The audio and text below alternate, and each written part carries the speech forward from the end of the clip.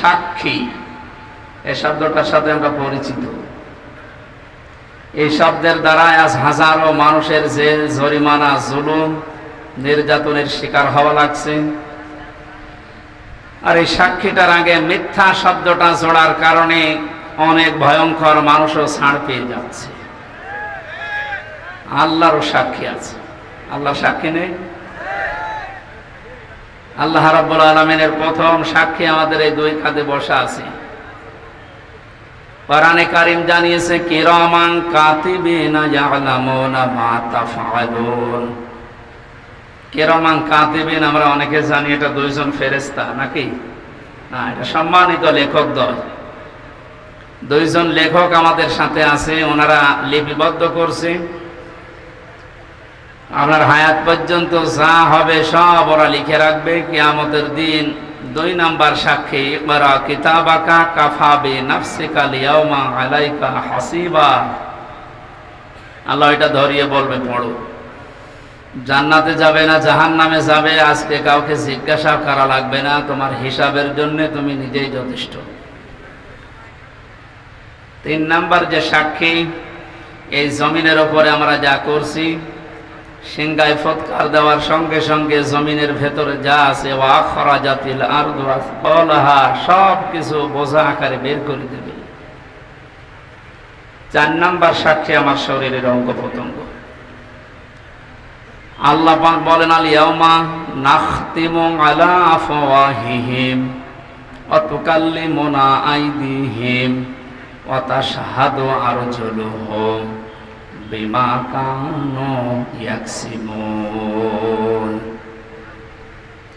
ময়দানে মাহশারে যেদিন বিচার আসর শুরু হবে, ওই দিন আমাদের মুখমণ্ডল, মুখের উপরে আল্লাহ তাআলা লাগিয়ে দেবেন বা সেলাই করে দেবেন। আমাদের হাত, আমাদের অঙ্গ প্রত্যঙ্গ, বিশেষ করে কয়েকটা জিনিসের নাম এখানে এসেছে। প্রথমে আল্লাহর সাথে কথা বলবে তোমাদের হাত, ওয়া তুকাল্লিমুনা আইদিহিম। হাত যে কথা বলতে পারে, এটা এখন হয়তো আমাদের অনেকের বিশ্বাস হচ্ছে না। কিয়ামতে এটা বলবে, আর এটাই বাস্তব। সুতরাং হাত দিয়ে যে যা করছি খুব হিসাব করে করা দরকার। বিশেষ করে হাতে যাদের কলম আছে, এইগুলো খুব সূক্ষ্মভাবে হিসাব করে দুনিয়ায় ব্যবহার করা দরকার। নুনুল কলামি ওয়া মা ইয়াসতুরুন। আল্লাহ বলেন কলমের কসম, এবং কলম দিয়ে লেখকরা যা লেখে ওই লিখিত জিনিসের কসম।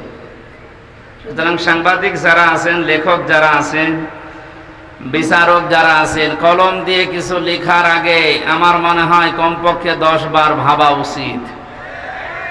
এমন কিছু লেখা ঠিক না যে আমার চোখ বন্ধ হওয়ার পরেও যেন ওই লিখিত জিনিস আবার কিয়ামত পর্যন্ত আমার কবরের আযাব বাড়াতেই থাকে। আমার কথার অর্থ বোঝেন তো? লেখকরা যা লিখে যাচ্ছে, এই লিখিত জিনিসের কসম দিলেন কেন? পৃথিবীতে এমনও মানুষ আছে, বুঝে হোক না বুঝে হোক এমন কিছু লেখে, ওই সময় হয়তো আবেগে কিছু লিখে রাখা যাওয়ার পরেও লোকটা বিদায় নিলে ওই লিখিত জিনিস নিয়ে জীবিত মানুষেরা এমন এমন কিছু তৈরি করে, রং চং মাখিয়ে। ওইটার দ্বারা হাজারো মানুষের চরিত্র ধ্বংস হয়, ওইটার দ্বারা হাজারো মানুষ হাইজাকার হয়, চাঁদাবাজি শেখে, ওখান থেকে হাজারো মানুষ বেয়াদব হয়ে যায়। আমি নাম নিলাম না, এদেশের একজন পতিত দশা লেখক, নাম করা, নাম নিলে আপনারা চিনবেন। এই লোকটা যে সমস্ত উপন্যাস, যে সমস্ত বইগুলো লিখেছে, উনি মারা গেছে, কিন্তু তার এই বইগুলো দিয়ে এখন নাটক বানানো হচ্ছে, সিনেমা বানানো হচ্ছে। এমন এমন নাটক, সিনেমা বানানো হয় যেখানে মানুষের চরিত্র ধ্বংস করা ছাড়া চরিত্র সংশোধনের কিছু সেখানে নেই। সে লোকটা তো মারা গেছে অনেক আগে, শুয়ে আছে সবুজ একটা শ্যামল জায়গায়।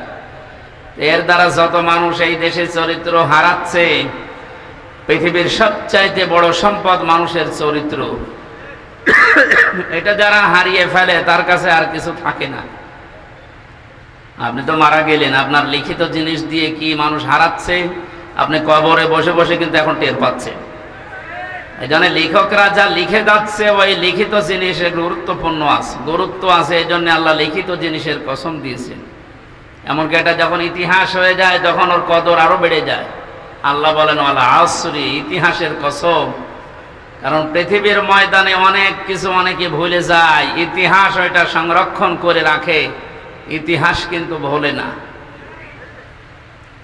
পৃথিবীর নিয়মই হচ্ছে এইটা, ঘটনা যখন ঘটে ওই সময় কেউ লেখে না, ঘটনা ঘটে যাওয়ার পরে কিন্তু ইতিহাস লেখা হয়। আপনি কি বুঝে বলেন ঠিক নাকি আন্দাজে সবার সাথে তাল মিলান?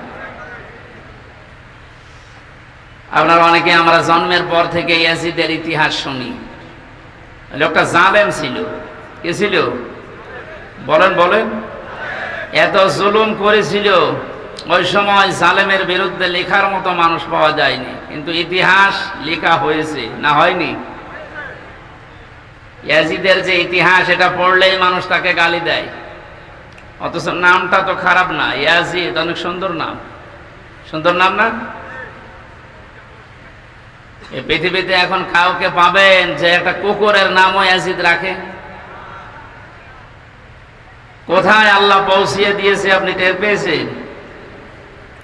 আল্লাহর বিধানের বাইরে যারা জীবন চালাবে, আল্লাহ তাদের জীবনকে দঙ্কার ভেতরে ফেলবে। দঙ্কার যতগুলো তাফসির পাওয়া যায় তার অন্যতম এটা।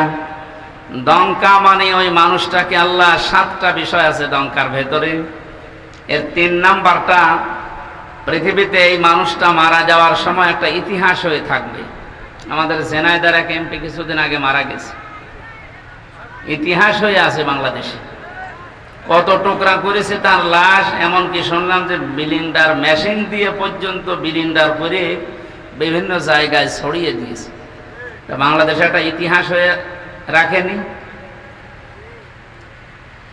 হয়তো এখন এই ইতিহাস কেউ লিখছে না, লেখা হবে একদিন। লেখা হবে না? 10 বছর, 20 বছর, 50 বছর পরে যখন ইতিহাস লেখা হবে, পৃথিবীর মানুষ, আগামী প্রজন্ম দুনিয়ায় যারা আসবে, জালেমদের নাম শুনলে বরদোয়া দেবে, ঘৃণা করবে। ইমাম হোসাইনের পক্ষে ওই সময় কেউ ছিল না, কলম ধরার সাহস কারো হয়নি, কিন্তু ইতিহাস লেখা হয়েছে, না লেখা হয়নি?